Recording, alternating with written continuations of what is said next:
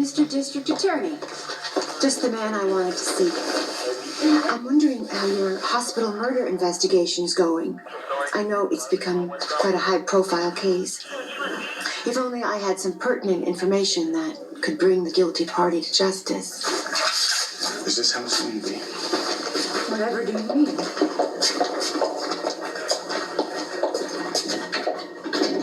This is the second time this week that you have made veiled threats to me in public.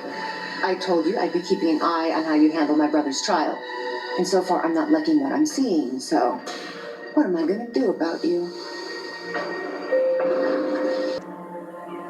And what girl did I not do enough for you with that jury selection? I allowed 2 jurors who hate cops, one whose wife trapped him with a recording of... What about jurors 5 and 8, Paul? Excuse me? I know what happened in that courtroom. And when jurors 5 and 8 were asked if they were familiar with Julian, they both referred to him as a mobster. Not a publisher, not the head of a media company, a mobster. Yes, okay. Those jurors may be inclined to assist the state's case on some level. What we do not want. Well, Baldwin didn't say anything. Maybe he was probably too busy patting himself on the back with all the guineas I threw his way. I couldn't dismiss 5 and 8 because it would raise too many suspicions. Worry less about looking suspicious and more about getting my brother free. Or it's going to be you that ends up in Pettonville. You don't want to. You are holding some very dangerous cards against me. I'd be a fool not to play the game by the rules. And yet, jurors 5 and 8. As I explained to you before, this is the long game that we're playing if you want your brother to walk, and I mean walk for good, with double jeopardy protections. Because if you recall, the Fifth Amendment says that an individual can be tried, acquitted, tried again for the same Yes, crime. I know what double jeopardy is. But how are we going to make it happen? By making it appear as if the trial is on the up and up, and if there's any whiff of impropriety, I will be out on my ass faster than you can shake yourself a dry martini. And then what happens? Well, and then a new prosecutor is assigned to the case, one that I cannot control. Now, believe me, Ava, it's in both of our interests to make it appear as if I'm doing my job well. We done here?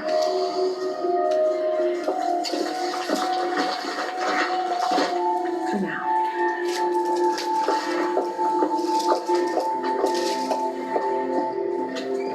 You know, You're forbidden to go after my wife in court. look, we don't have a lot of options here. Even though I've got this dream jury, I don't it's care, still an Scotty. uphill I battle. don't care. My wife is off limits. You Well, I understand? can't help you if you're going to tie my hands.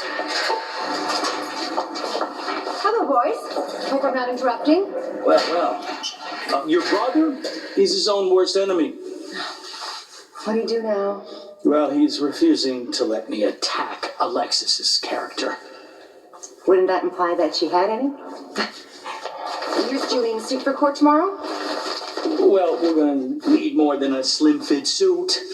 Now, you need to talk some sense into him. Okay?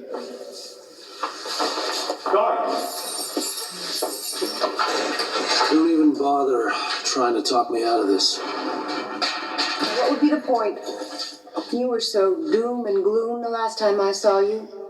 Why bother fighting the tide? So you're finally facing the harsh reality of my situation, are you? Oh, no. Quite the contrary. Despite your dismal attitude, I have every faith that everything will work out for you. Well, I guess you're just as deluded as I was, Ava. I don't know, Julian. I just have this feeling that everything's gonna work out. You know something I don't? Sabrina's self-confidence. Julie, it's your case. How could I possibly know something about it that you don't? And even if I did, but I couldn't talk about it here. These walls, they have ears, don't they? So maybe we should just call it women's intuition. Is that it, sis? I'm just saying you shouldn't pack your bags for Pettonville quite yet. I have let's call it a hunch, that you're going to be walking out of that courtroom a free man.